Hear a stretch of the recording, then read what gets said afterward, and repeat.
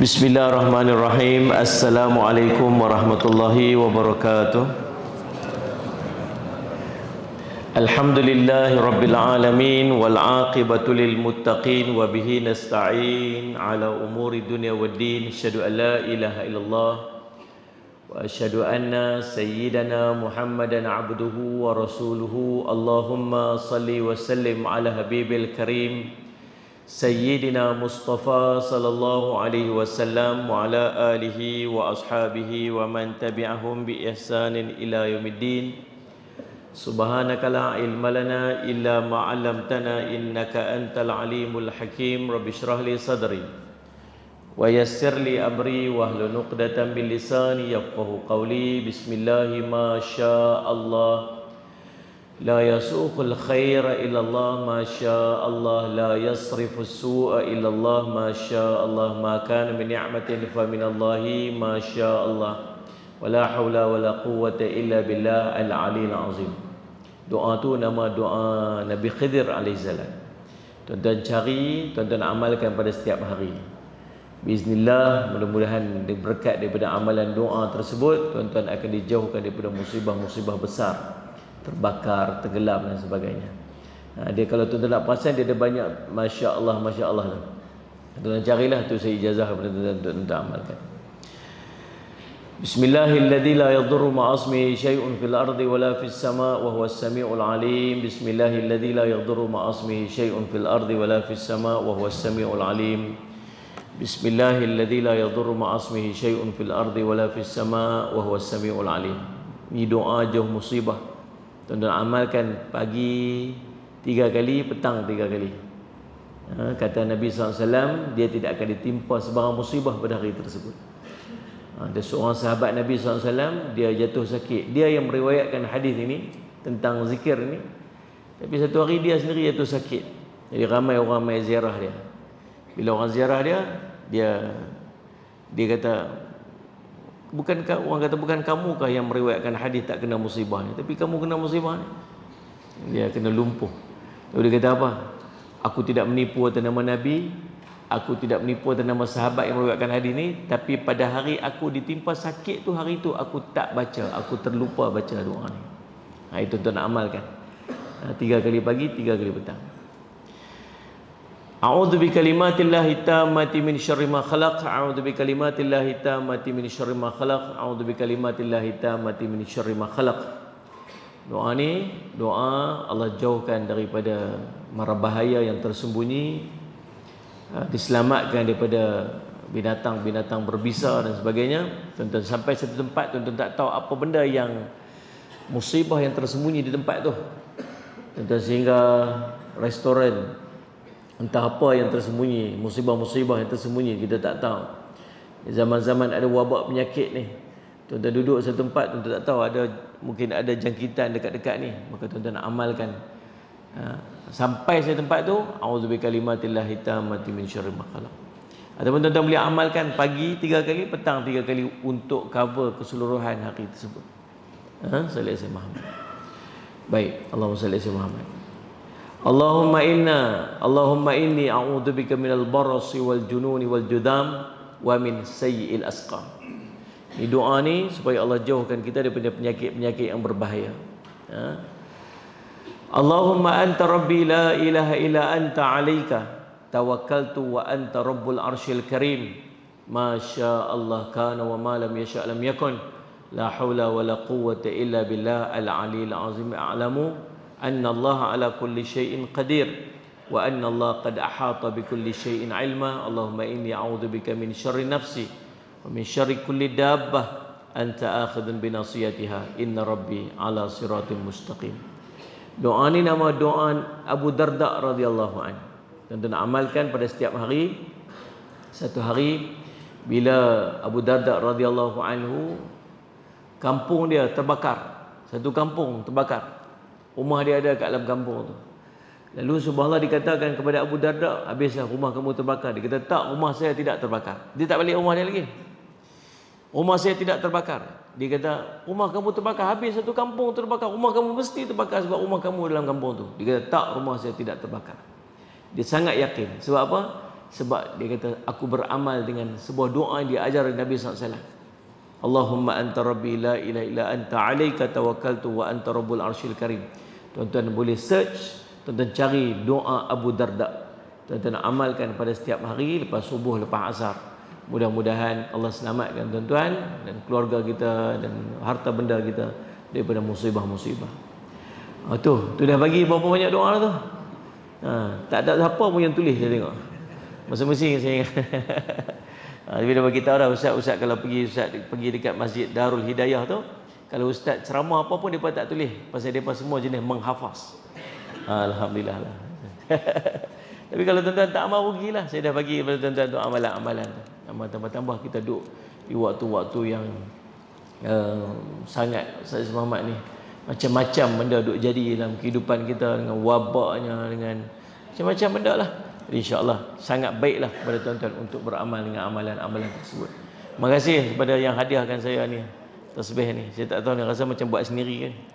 Cantik, alhamdulillah. Mudah-mudahan jadi manfaat kepada orang yang menghadiahkan. Tajuk kita pada pagi ini ialah orang-orang yang berjaya. Siapakah orang-orang yang berjaya? Nak tengok tuan-tuan, Allahumma salli ala sayyidina Muhammad. Orang berjaya ni terkait dengan satu surah yang tercatat dalam Al-Quran. Kata Nabi SAW dalam sebuah riwayat daripada Imam Ahmad, unzila alayya 10 ayatin man aqamahunna dakhal jannah. Kata Nabi SAW, telah diturunkan kepadaku 10 ayat yang sesiapa yang mengerjakannya maka dia akan masuk syurga. Jadi kalau Allah sebut dalam Quran, Allahumma salli ala Muhammad, muflihun, orang-orang yang berjaya. Selalunya ulama-ulama tafsir akan mengisyaratkan muflihun, orang berjaya itu ialah orang yang akan masuk ke syurga. Sebab kejayaan kita ni sallallahu alaihi Muhammad ialah untuk akhirnya kita akan masuk syurga Allah SWT. Maka Nabi SAW kata, telah diturunkan kepadaku 10 ayat. Siapa yang beramal dengan 10 ayat ini, maka dia akan dimasukkan ke dalam syurga. Thumma qara'a, kemudian Nabi SAW membaca qad aflahal mu'minun hatta khatama 10 ayat. Kata Nabi SAW, kemudian diceritakan oleh perawi, Nabi SAW membaca 10 ayat. Ayat pertama sampai ayat 10 daripada surah Al-Mu'minun. Mari kita tengok tuan-tuan, 10 ayat daripada surah Al-Mu'minun ini Allah ceritakan tentang ciri-ciri orang yang akan berjaya sehingga dia masuk ke syurga Allah Subhanahu wa taala. A'udzubillahi minasyaitonirrajim. Bismillahirrahmanirrahim. Qad aflahal mu'minun. Sesungguhnya beruntunglah orang-orang yang beriman. Sallallahu alaihi wasallam. Yang pertamanya tuan-tuan, subhanallah, sallallahu alaihi Muhammad, iaitulah dia beriman kepada Allah Subhanahu wa taala. Untung. Sungguh, kata dalam tafsir Al-Muyassar, sungguh beruntunglah orang-orang yang beriman kepada Allah dan Rasulnya serta melaksanakan syariatnya. Dalam tafsir yang lain, sungguh orang-orang yang beriman kepada Allah yang mengamalkan ajaran syariatnya telah beruntung dengan meraih balasan yang mereka cita-citakan dan selamat daripada perkara yang mereka takuti. Diriwayatkan oleh Imam Ahmad, katanya Nabi SAW bersabda, benar-benar telah turun kepadaku 10 ayat. Siapa yang melaksanakannya, mendirikannya, tidak mengingkari isi kandungannya, maka dia akan masuk syurga. Allahumma salli ala sayyidina Muhammad. Tuan-tuan, yang pertamanya ciri orang yang akan mendapat kejayaan ini tuan-tuan ialah orang-orang yang beriman. Allahumma salli ala sayyidina Muhammad. Yang keduanya tuan-tuan sekalian, subhanallah, walladzina hum anil lagh, Allahumma salli ala bukan, Allahumma salli, alladzina hum fi salatihim khashi'un. Ini yang kedua. Yang kedua, orang-orang yang akan mendapat kejayaan, dapat syurga Allah SWT, ialah orang-orang yang khusyuk dalam solatnya, iaitu orang-orang yang di antara sifat mereka ialah bahwasanya mereka itu orang-orang yang khusyuk dalam solat mereka, hati mereka fokus untuknya dan anggota tubuh mereka tenang di dalamnya. Mereka ialah orang-orang yang tunduk dalam solatnya, anggota tubuh mereka sentiasa tenang ketika solat, dan hati mereka kosong daripada kesibukan-kesibukan dunia. Dalam tafsir Al-Wajiz menceritakan orang-orang yang khusyuk dalam solatnya, pasrah dan berserah diri, merendah diri di hadapan Allah, disertai dengan rasa takut dan rasa damai. Allahumma salli ala sayyidina Muhammad.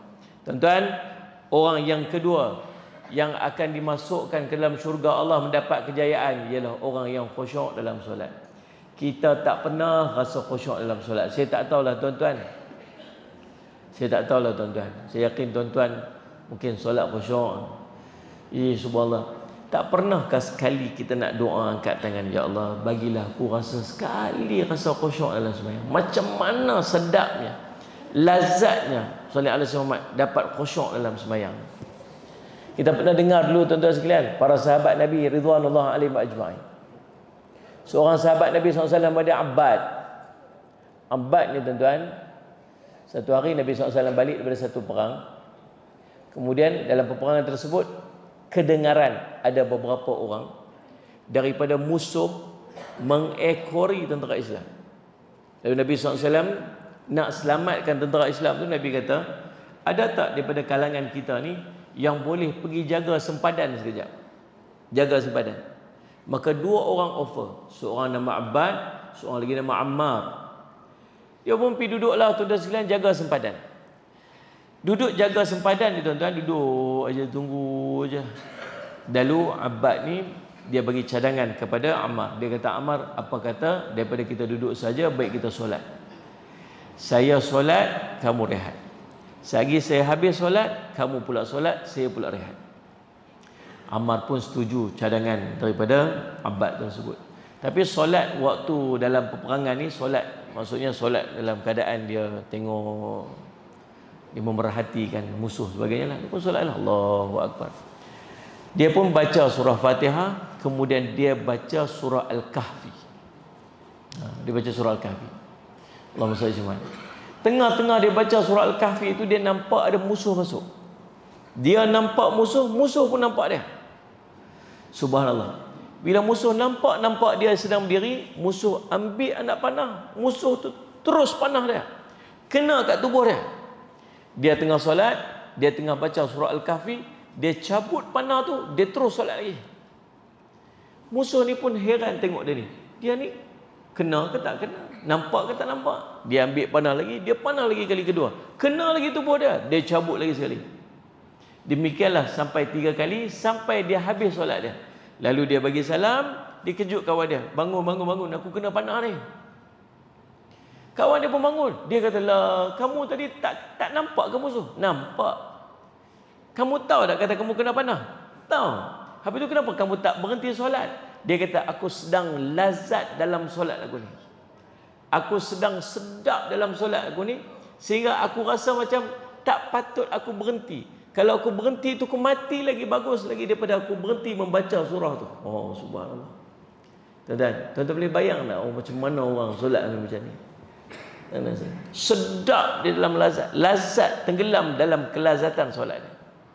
Kita rasa macam macam tak logik ya Ustaz ni. Kan?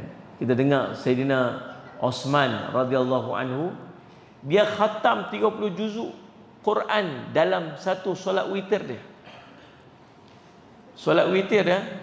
Sebab tu saya pesan kat tuan-tuan, antara solat yang tuan-tuan jangan tinggal nama solat witir. Nabi SAW tak pernah tinggal solat witir, sehingga kan ada mazhab kita daripada mazhab yang 4 wajibkan solat witir.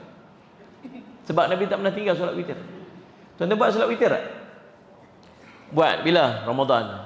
Itu pun balik awal. Tok Khatib, Tok Bilal, as-salatu sunnatun jami', as-salatu sunnatun witir jami'at rahmakumullah. Tukar bahasa kita. Orang Sayyid Muhammad bin Tulu ni, mailah solat witir berjemaah kerana Allah, gitu kan. Tok Bilal panggil solat witir jemaah, tuan-tuan balik berjemaah siapa suruh? Berjemaah balik. Balik. Orang tanya pergi mana ni? Dia kata, balik lah Ustaz. Pasal apa tak solat witir? Allah, solat witir je Ustaz. Bulan lain pun ada. Memanglah bulan lain pun ada. Macamlah kamu duk solat bulan lain tu. Solat witir ni bukan tarawih saja tuan. Bukan dalam bulan Ramadan saja. Sepanjang tahun, setiap hari. Kata Nabi SAW, ada satu hadiah yang Allah hadiahkan kepada hamba yang lebih hebat daripada kamu punya unta-unta merah. Unta merah.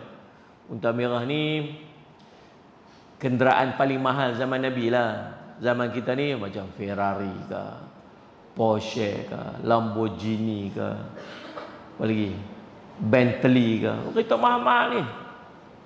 Para sahabat yang miskin-miskin ni, teringin tengok para sahabat yang lain yang pakai unta-unta hebat-hebat mahal-mahal ni. Teringin nak punya. Kata Nabi SAW, ada hadiah yang Allah bagi kepada kamu umat Nabi Muhammad yang lagi hebat daripada kenderaan-kenderaan yang hebat tu. Apa dia? Solat witir. Kamu tak payah pakai Ferrari, tak perlu ada Lamborghini, tak perlu ada kenderaan hebat. Memadai kamu solat witir, menyamai lebih hebat lagi daripada kenderaan-kenderaan tersebut. Buatlah solat witir, tuan-tuan. Nabi SAW kata, laisa minni, bukan daripada kelompok aku orang yang tak buat sunat witir. Buat solat witir setiap hari lepas daripada solat isyak, tuan-tuan buat ba'diyah. Lepas buat ba'diyah, tuan-tuan tutup dengan witir hari tersebut. Start malam ni. Boleh ni? 3 orang nyanggut pun. Penat cakap. Buatlah tuan-tuan. Buat. Bagi ada solat, bagi ada satu benda yang kita istiqamah buat sampai dia meninggal. Tuan-tuan, satu je cara dia tuan-tuan nak buat sunat witir ni. Kekuatan kita ada di masjid. Lepas solat isyak, lepas ba'diyah, tuan-tuan buat solat witir. Buat 3 rakaat. 2 rakaat, 1 rakaat. Kalau tuan-tuan rasa macam kelang kabut hari tu, memang sibuk sangat, ada benda yang tuan-tuan tak kena, buat satu je. Satu je. Tapi jangan duk biasa buat satu ni je. Dia makruh hukum dia. Kadang-kadang buat 2, kadang-kadang buat 3. Ada time-time kelang kabut sikit, buat 1. Rakaat pertama baca surah Al-A'la. Surah apa Al-A'la? Duk cari wal a'la, tak jumpa. Ingat tak? Rasul cari surah. Baca surah Al-Ikhlas. Cari wal ikhlas, tak jumpa. Qul huwallahu wadita. Qul huwallahu wadita. Kan? So orang tu dia nak kahwin ni kata. Tok imam kata. Baca istighfar. Istighfar apa? Istighfar tak tahu. Istighfar tak tahu. Astaghfirullah. Tahu lah tu imam ni betul cakap. Astaghfirullah. Baca. Sambung tengok. Astaghfirullahalazim. Alladhi, sambung. Astaghfirullahalazim. Alladhi waswisu fi sudurin nas. Tak biasa terkejut-kejut, takut mah. Surah Al-A'la tu sabbihis. Tu. Sabbihis rabbikal a'la alladhi khalaqa fasawwa walladhi qaddara fahada. Panjang Ustaz. Rakaat pertama baca sabbihis. Rakaat kedua baca qul ya ayyuhal kafirun. Rakaat ketiga baca 3 qul. 3 qul. Bukan qul.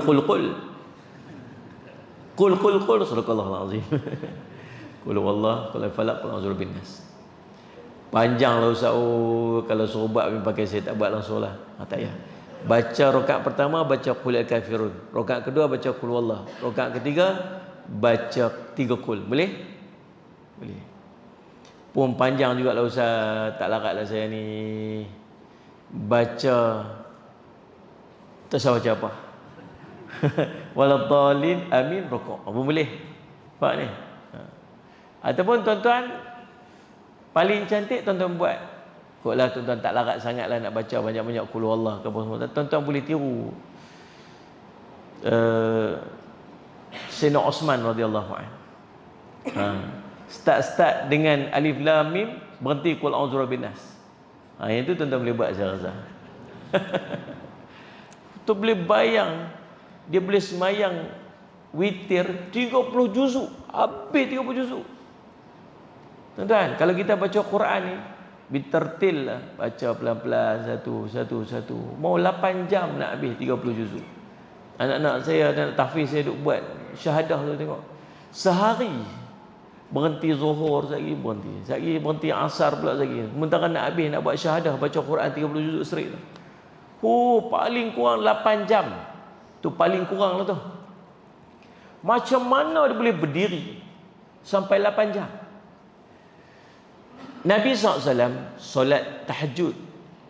Sahabat Nabi SAW, Huzaifah Al-Yamani, pergi ikut belakang Nabi SAW, tumpang Nabi SAW solat tahajud. Kita kalau kita jadi imam, kita jangan baca panjang-panjang sangat. Sebab apa? Sebab nak meraihkan makmum dekat belakang. Salih Muhammad. Faham tak ni? Tapi kalau solat seorang-seorang, kita disunatkan untuk memanjangkan bacaan. Solat sunat panjangkan bacaan. Solat fardu jangan panjang sangat, sebab nak meraihkan jemaah dekat belakang ni, makmum di belakang. Faham tak ni? Nabi SAW solat tahajud. Tuan-tuan, kata Huzaifah, aku ikut Nabi SAW. Nabi baca surah Fatihah. Habis baca surah Fatihah, Nabi baca surah Al-Baqarah. Tengah baca surah Baqarah, dalam hati Huzaifah, sagi 100 ayat Nabi SAW rokoklah kot. Tengok-tengok sampai 100 ayat Nabi tak rokok lagi. Nabi teruskan sampai habis surah Al-Baqarah. Dia kata habis surah Baqarah, Nabi SAW berhentilah kot. Tengok-tengok Nabi SAW sambung lagi surah berikut dia. Surah apa? Surah apa? Saja nak bagi sedikit mata sikit. Tu yang tanya soalan tu. Sambung pula surah Ali Imran. Tu maksud Muhammad. Kemudian Allah Taala salih Muhammad, Allah maksud Muhammad sampai 100 ayat. Lagi nak berhenti kot. Tak, rupanya sampai habis surah tersebut. Hampir 4 juzuk Nabi SAW baca dalam rakaat pertamanya selepas daripada baca surah Fatihah. Gitu. Kalau kita lah agaknya mufarakah dah. Kan? InsyaAllah salah masjid nampak gaya aku ni. Tuan-tuan, Nabi SAW rokok Nabi SAW sama panjang macam qiyam tadi ni. Rokok tu, kalau qiyam tadi ni hampir 4 juzuk, rokok Nabi SAW panjangnya sama macam qiyam tadi. Iqtidal sama panjang dia macam qiyam tadi ni. Sujud sama panjang. Subhanallah, agak-agak berhentinya pukul berapa. Waktu Nabi SAW sampai bengkak-bengkak kaki. Nabi SAW sempat solat tarawih bersama dengan para sahabat 3 kali. Solat tarawih ni, dia ulama mutaakhirin yang bagi nama dia tarawih, mengambil perkataan terwihah, rehat-rehat. Solat tarawih ni solat rehat-rehat. Ya, kita puasa hari tersebut, hari tu puasa, lepas puasa kita buka puasa, lepas buka puasa solat maghrib, lepas solat maghrib masuk isyak, lepas isyak solat rehat-rehat lah, rehat, tenang, dengar orang baca Quran, seronok, lapang, tenang. Tu solat tarawih. Faham ni?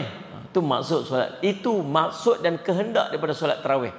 Rehat-rehat dalam bulan Ramadan. Faham ni?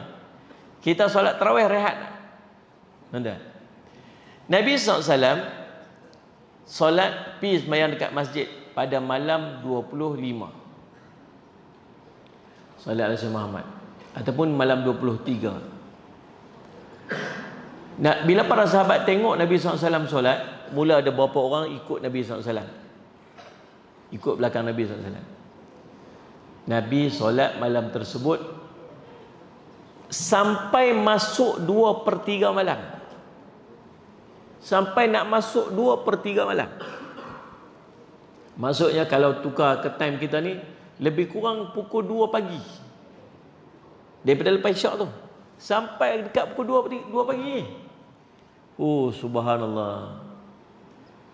Para sahabat yang ikut malam tu seronok ni. Masya Allah, seronoknya semalam kami ikut Nabi SAW. Dah mula bercakap dah dekat Madinah.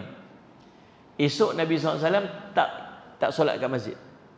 Para sahabat pun duduk tunggu. Mana Nabi SAW ni tak datang-datang ni? Nabi tak datang. Besoknya malam 25 ataupun malam 27 Nabi SAW.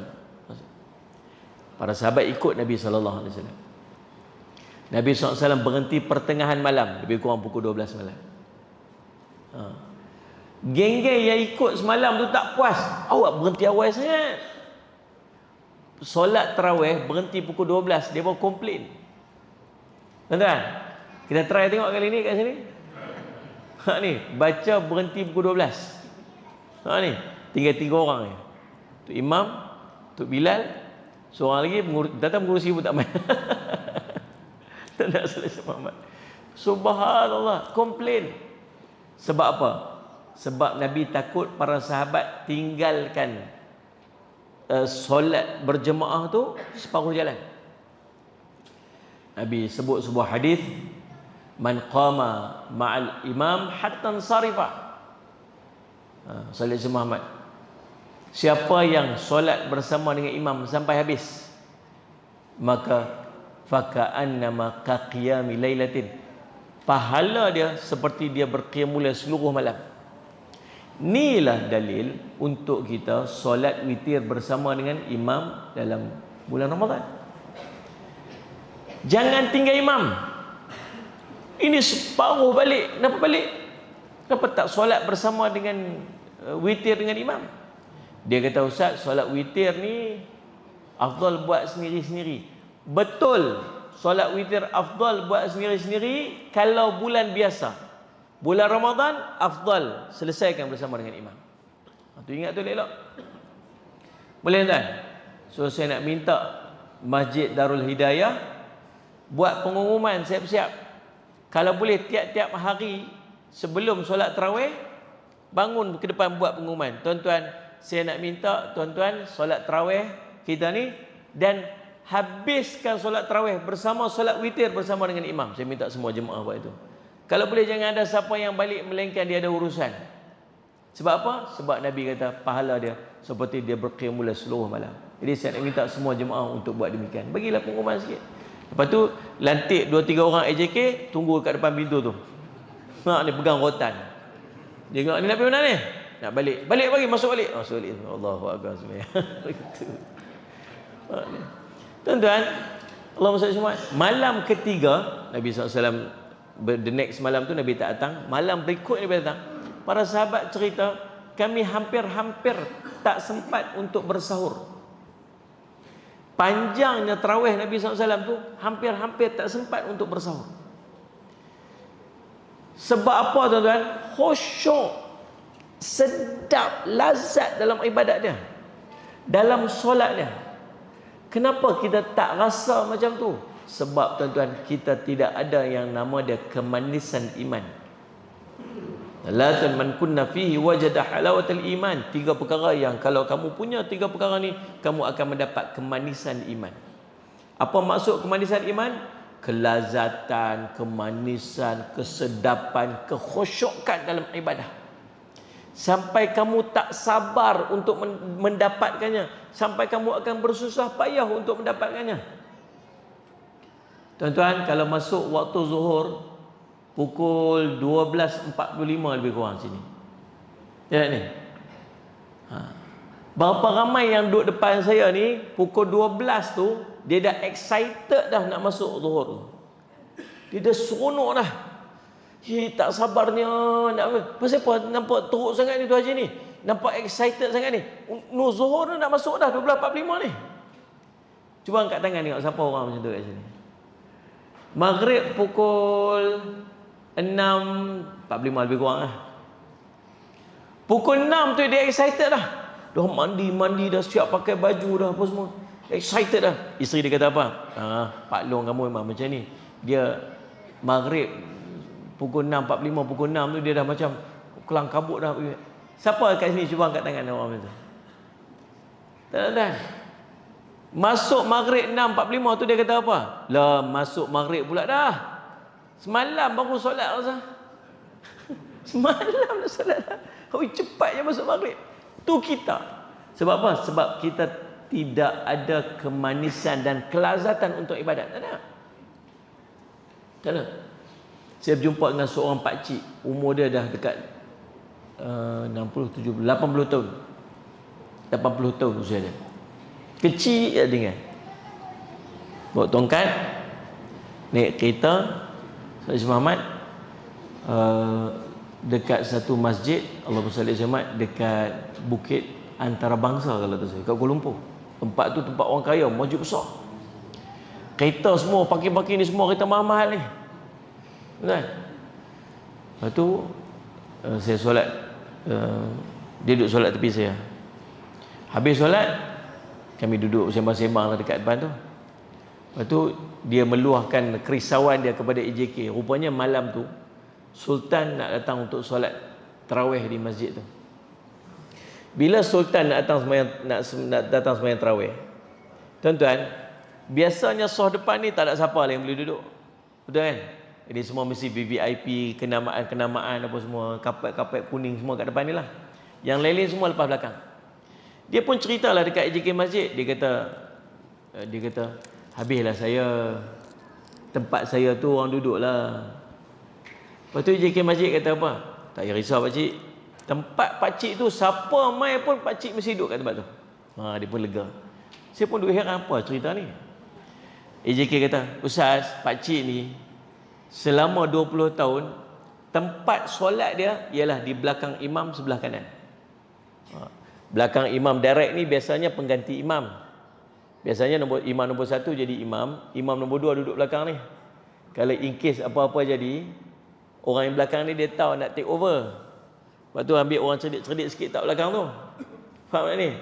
Yang ambil jangan ambil ikut sempat je kat belakang tu. Selagi kena imam tu terkentut ke, faham tak ni? Imam tu dia terkentut, dia pindah pergi tepi, imam belakang tu orang belakang tu dia gelang rambut.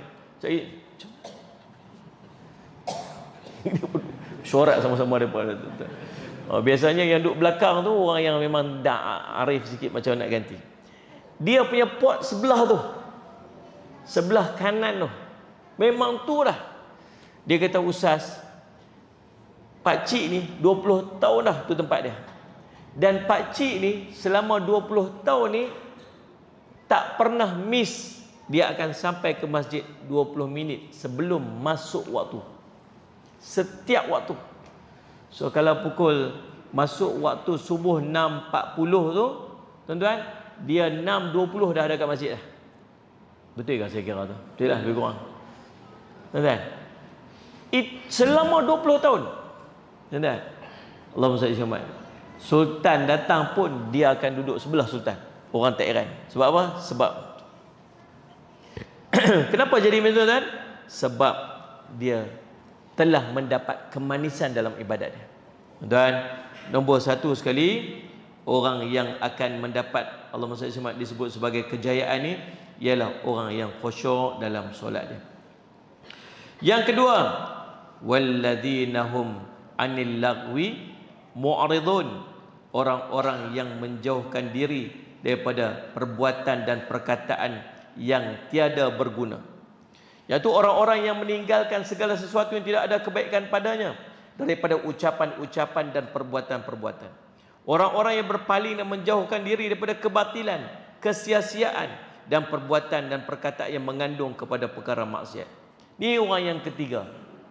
Pertama orang beriman, yang kedua orang yang solat khusyuk, yang ketiga ni orang yang tinggal benda-benda sia-sia, perkataan perbuatan dia. Tuan-tuan, kawan tu nak menikah dua, pergi kat dia lah. Yang apa sibuk sangat pasal apa? Dia kata lah, kesian lah Kak Siti apa Sarah apa puteri apa, saya pun tak tahulah. Dia sibuk dengan orang tu punya rumah tangga, pergi kat dia lah. Kita pun ada masalah kita sendiri yang tak selesai lagi, tuan-tuan sekalian, sampai kecoh satu negara. Faham tak ni? Saya cuma buat apa? Tiba-tiba nama Thailand jadi masyhur tiba-tiba. Allahumma salli ala sayyidina Muhammad. Allahumma salli. Sahabat kita buka kedai apa ni, rental kereta tu, nama Hayat ke apa. Sekali baca saya pun nampak jahatnya dah. Tuan sekalian, subhanallah. Nabi kata apa? Allahumma salli ala sayyidina Muhammad. Allahumma salli ala sayyidina Muhammad. Min husnil islam mar'i tarkuhu ma la ya'lam. Di antara tanda eloknya Islam seorang itu ialah dia meninggalkan sesuatu yang tidak ada manfaat untuk dia. Ya. Tinggalkan benda yang tak ada manfaat apa-apa. Buat cari benda yang ada manfaat. Kata ulama, bila dosa kita diampunkan, kita akan dapat 4 perkara. Tanda dosa kita diampunkan oleh Allah, Empat perkara ni akan timbul dalam hidup kita. Tuan-tuan cek tengok betul-betul. Kita ni banyak dosa. Dosa kita banyak. Cara Allah ampunkan dosa, nombor satu, kita minta ampun pada Allah. Yang kedua, kita buat kebaikan-kebaikan, yang kebaikan ni akan memadamkan dosa. Main masjid, duduk dalam majlis ilmu, baca Quran, solat. Amalan-amalan ni akan memadamkan dosa-dosa kita. Dengan istighfar kita, dengan taubat nasuha kita, dengan kebaikan yang kita buat, dosa kita terampun. Tanda dosa terampun ada 4. Nombor satu, kita sudah tidak lagi bercakap perkataan-perkataan kotor dan keji. Tak ikat dah. Mengumpat orang, maki hamun orang. Faham tak ni? Saya Muhammad. Fitnah orang, apatah lagi. Kalau dulu ni subhanallah, Salih Azhar Muhammad, ia pantang silap sikit, mulut laser tu dah sekalian, tak ada insurans takaful punya. Ikut sempat dia cakap ke orang, oh subhanallah, maki orang tu dekat mulut dia ya. Lepas Allah ampunkan dosa dia tak cakap lagi macam tu. Mengumpat orang, nak bercakap tentang orang, bercakap tak baik tentang orang, tak cakap lagi dah. Faham dah? Tengok kita jadi macam tu tak? Yang keduanya, dia hilang sifat dengki. Dengki, iri hati ke orang tak ada lah. Orang dapat kejayaan, orang niaga berjaya, orang apa semua, tak apalah tu rezeki dia. Oh, kalau dulu-dulu pantang tengok orang berjaya sikit, tu mestilah macam tu. Orang ni apa pasal dapat tu, dengki. Yang ketiga, ni tuan-tuan, yang ni obvious tuan-tuan boleh nampak. Apa dia? Allah akan kurniakan kepadanya kawan-kawan yang baik-baik. Orang-orang, Allah akan bagi dekat dia kawan-kawan baik. Orang-orang baik, bukan kawan baik. Orang-orang yang baik duduk di sekitar dia. Tuan-tuan boleh tengok siapa yang duduk sekeliling kita sekarang ni. Adakah orang yang sama 10 tahun yang lepas zaman kita jahiliah tu ni? Tak sama dah. Maksudnya itu tanda Allah ampunkan dosa-dosa kita. Yang duduk dengan kita ni kawan-kawan yang geng-geng masjid, geng-geng yang bagi tazkirah, geng-geng yang apa semua sebagainya. Yang dulu kawan-kawan yang jahat-jahat dulu ni, Allah jauh-jauhkan. Bukan kita cari, dia main. Yang keempat, dia banyak istighfar. Dia banyak ingat mati. Bertambah amalan-amalan disebabkan oleh yang demikian. Di 4 benda tuan-tuan, sama ada Allah ampunkan dosa kita ataupun tidak. Dan salah satunya apa? Dia tak bercakap lagi benda-benda tak elok. Tuan-tuan, jaga perbuatan, jaga perkataan. Kita ni, saya nak pesan satu benda. Kita duduk zaman ujian yang orang dulu-dulu tak kena ujian macam kita. Apa dia? Ni, benda ni. Media sosial. Tuan-tuan nak dapat baik dengan dia, tuan-tuan dapatlah baik. Tuan-tuan nak buruk pun mudah dapat. Dapat satu maklumat, share pergi dekat orang. Betul salah kita pun tak tahu lagi. Faham tak ni? Nanti ke akhirat tuan-tuan akan jumpa ada seorang budak perempuan, 3 atau 4 orang perempuan muda mai jumpa tuan-tuan. Dia kata, ya Allah, tunaikan hak saya atas pakcik ni. Kita pun heran, pasal apa ni? Apa masalah ni? Kamu ni siapa? Tanya dia. Pakcik tak kenal saya. Tak kenal? Pakcik waktu hidup kat dunia dulu, pakcik selalu fitnah saya. Saya kata, bila masa saya fitnah kamu? Ada pakcik, setiap malam Jumaat, pakcik akan hantar gambar saya dalam grup WhatsApp. Pakcik kata, balik cepat, malam ni malam Jumaat. Lepas tu ada seorang lagi kata apa? Pakcik pula hantar gambar saya. Pakcik kata, saya suka lelaki berjanggut. Seorang lagi main, dia kata apa? Saya sanggup di madu. Pakcik share gambar saya tu pada orang lain. Saya tak kata pun macam mana pakcik kata tu. Pakcik fitnah saya. Ya Allah, bagi pahala saya. Tak pasal-pasal bagi pahala kau orang. Dia macam duk buat yang perangai tu. Sungguh tuan-tuan. Kalau orang buat muka kita, orang bubuh gambar benda yang kita tak sebut, kita kata tu fitnah. Memang tu kita duk buat. Tambah sekarang ni stiker WhatsApp ni. Kalau dia tak kata, sungguh tu dia tak kata, kita kata dia kata. Fitnah. Sebab tu orang yang beriman ni tuan-tuan, dia sangat berhati-hati dengan apa yang dia nak kata. Ada seorang tu pergi jumpa syekh dia. Dia kata, "Syekh, saya minta maaf Syekh, saya telah salah sebut benda yang saya tak tahu kata benda tu tak betul. Tapi saya pergi cerita ke orang. Saya minta maaf Syekh. Syekh tolong ampunkan saya." Dia kata, "Boleh, saya ampunkan kamu. Tapi subhanallah saya nak bagi pengajaran kat kamu. Kamu balik rumah, kamu pergi ambil feather duster, tahu feather duster? Tu bulu ayam tu yang ada rotan kat dalam tu. Sekarang ni tak nampak dah. Dulu kita sekolah-sekolah dulu ada kan, yang duk cuci-cuci tu. Dia kata, "Okey, pergi ambil feather duster balik. Lepas tu kamu datang balik ke rumah saya, kamu cabut bulu ayam tu, cabut satu. Sampailah ke rumah." Dia kata lebih kurang 5 km daripada rumah dia ke rumah Syekh. Dia pun balik ke rumah dia. Dia ambil feather duster tu, dalam perjalanan pergi ke rumah Syekh dia, dia cabut satu. Sampailah dia ke rumah Syekh tu, dah tinggal rotan tu saja dah. Bulu tu dah tak ada dah. Tuan-tuan faham tak? Kemudian dia pun serahlah rotan tu. Dia ingat dia nak kena rotan tu lah. Kita nak Syekh ni rotan ni. Dia kata, "Saya bukan nak rotan ni. Tapi tu apa yang saya nak? Syekh tolonglah ampunkan kesalahan saya." "Saya ampunkan, tak apa. Cuma saya nak bagi pengajaran." "Apa pengajaran dia?" "Saya boleh maafkan kamu. Dan ni kamu patah balik, kamu pergi kutip balik bulu-bulu ayam yang kamu cabut tadi ni." Dia pun patah balik sambil duduk menangis ni. Dia dapat 5 helai je. Daripada banyak-banyak tu, dia dapat 5 helai. Yang lain semua sudah ditiup angin, terbang. Dia pergi jumpa Syekh balik, dia bagi 5 helai tu. Syekh kata, "Ini pengajarannya. Saya boleh maafkan kamu. Tetapi macam mana dengan bulu ayam yang sudah berterbangan tu? Macam mana dengan fitnah, perkataan-perkataan kamu yang dah sampai kepada orang lain dan orang tu dah sampaikan kepada orang lain, macam mana kamu nak tutup balik?" Pengajaran kat kita, tuan-tuan. Dapat satu-satu maklumat, satu perkara, jangan cepat-cepat share dulu. Cek dulu sahih ataupun tidak.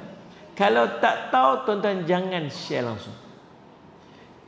Tersilap, tidak menyampaikan sesuatu yang betul, itu lebih baik daripada tersilap menyampaikan sesuatu yang tidak betul. Saya ulang balik. Tersilap, tidak menyampaikan sesuatu yang betul, itu lebih baik daripada tersilap menyampaikan sesuatu yang tidak betul. Semalam dapat tak mesej aku tu? Dapat. Share tak dekat orang? Lupa nak share. Rugilah kamu ni. Sebab tu berapa ramai dah orang dapat manfaat. Itu lebih baik daripada apa? Kamu dapat tak mesej aku hantar semalam? Dapat. Kamu share tak? Habis semua grup aku share dah. Ya Allah, salah benda tu yang aku hantar tu. Tu lagi susah. Faham tak tu? Biar kita ni jadi orang berhati-hati sikit. Ya? Kita ni tuan-tuan, kadang-kadang dengan orang ni tuan-tuan, kalau tuan-tuan nombor satu sekali, kalau tuan-tuan nampak apa saja yang tak kena tentang dia, nombor satu sekali tuan-tuan sangka baik. Sangka baik tu. Ni cara nak bagi selamat kita daripada cakap benda tak sepatutnya kita cakap tentang orang. Kalau tuan-tuan nampak satu benda yang tak baik tentang dia, nombor satu sekali tuan-tuan sangka baik dulu. Kalau tuan-tuan tak mampu untuk bersangka baik, tuan-tuan pergi tanya dia supaya clear hati kita ni, dan tuan-tuan pegang dengan jawapan dia. Contoh, tuan-tuan pergi naik kereta dekat tepi Allahumma salli Muhammad, dekat I Love Bintulu tepi laut tu. Apa nama tu? Apa? Tahu tu lah. Mana dengar. Yang depan pantai tu kan, ada pantai tu kan. Tuan-tuan bawa anak keluar, tuan-tuan tengok, tu macam Ustaz Jafri tu. Dia duduk berlari tepi pantai pakai seluar pendek, boxer je. Tunggu gitu. Aku kata, Ustaz Jafri tu.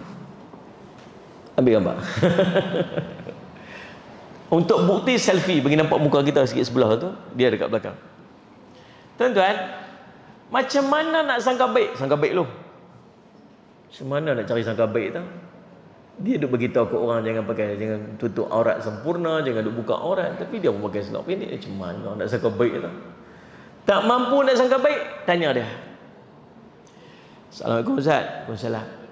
Saya lah tadi saya pergi kat tepi laut tu, saya nampak macam ustaz. Macam lah, tapi saya yakin tu bukan ustaz lah. Tapi macam ustaz pakai seluar pendek berlari kat tepi pantai tu. Saya lah tu, oh ustaz ya. Saya ingat orang lain. Dia pasal apa ustaz pakai seluar pendek? Dia kata saya pergi tandas. Lepas tu saya sangkutlah seluar saya kat situ. Entah siapa pergi curi seluar.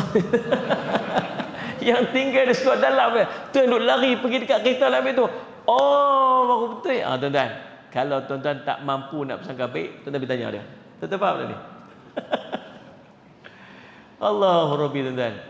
Kita ni kalau kita nak cerita aib orang, tuan-tuan saya semat, kalau kita nak cerita aib orang, macam-macam aib kita boleh cerita.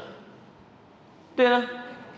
Sebab tu guru saya sebut, kami diajar untuk berdoa supaya keaiban guru kami ditutup. Siapa pun asal dia nama manusia, mesti dia ada aib. Kalau kita nak cerita aib orang, berjela-jela kita boleh cerita tentang guru. Betul tak tuan? Tapi ingat, setiap kali kita nak cerita aib orang, nak cerita buruk orang, nombor satu sekali, tuan-tuan kena ingat, kita juga ada aib. Kita pun ada aib, tuan-tuan.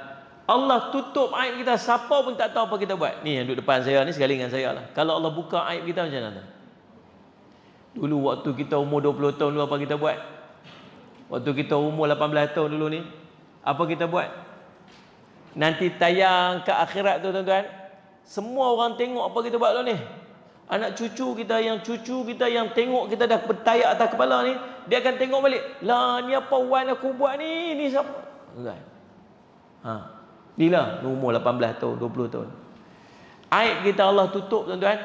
Tahu sampai bila? Sampai dua keadaan. Allah sembunyikan keaiban kita ni sampai kita buat dua benda. Yang pertama, sampai kita cerita sendiri apa kita buat. Kita sendiri cerita apa kita buat.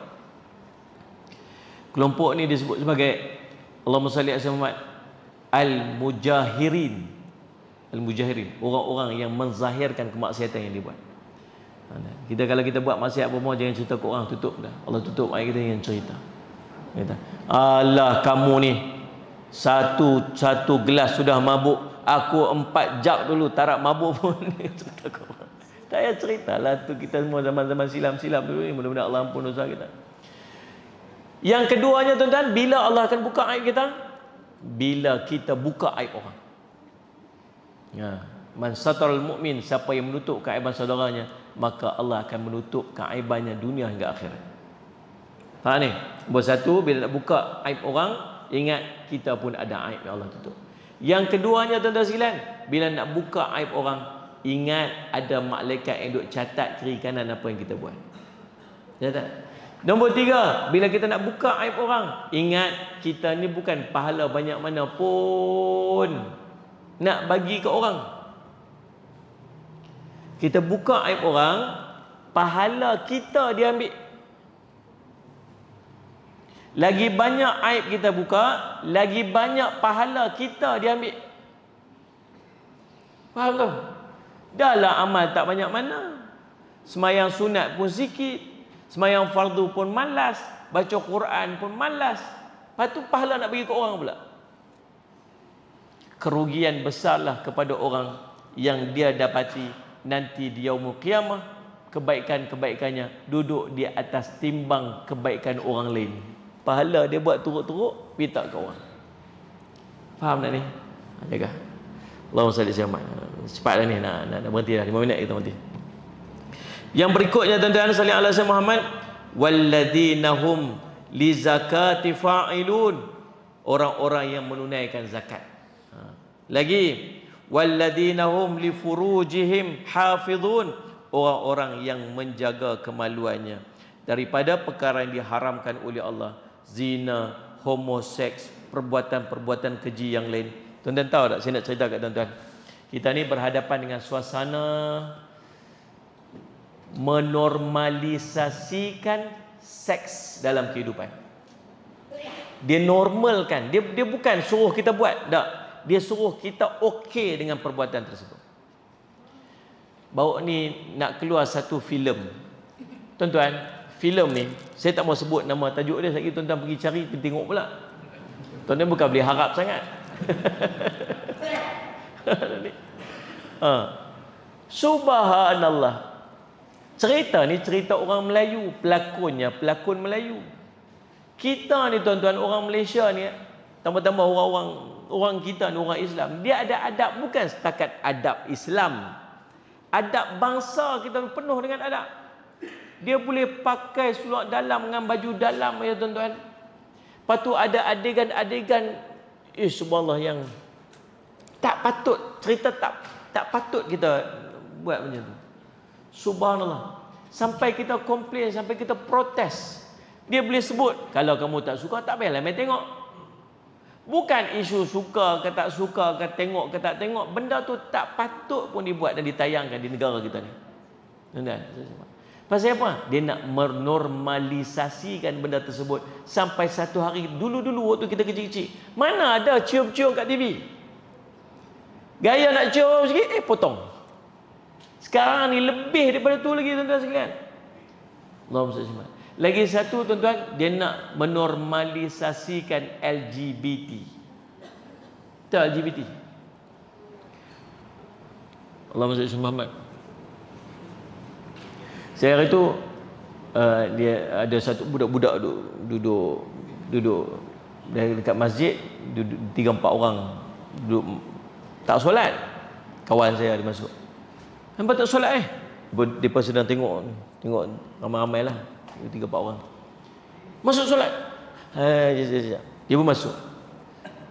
Geng ni masih duduk kat luar lagi. Habis solat dia keluar, depa duduk kat sini lagi. Dia saja pergi belakang tengok. Astagfirullah. Apa dia tengok apa ni? Dia tengok drama, movie dekat dalam handphone. Tuan-tuan, dia punya kategori movie dia BL. Kita ni tak faham apa benda tentang apalah BL ni.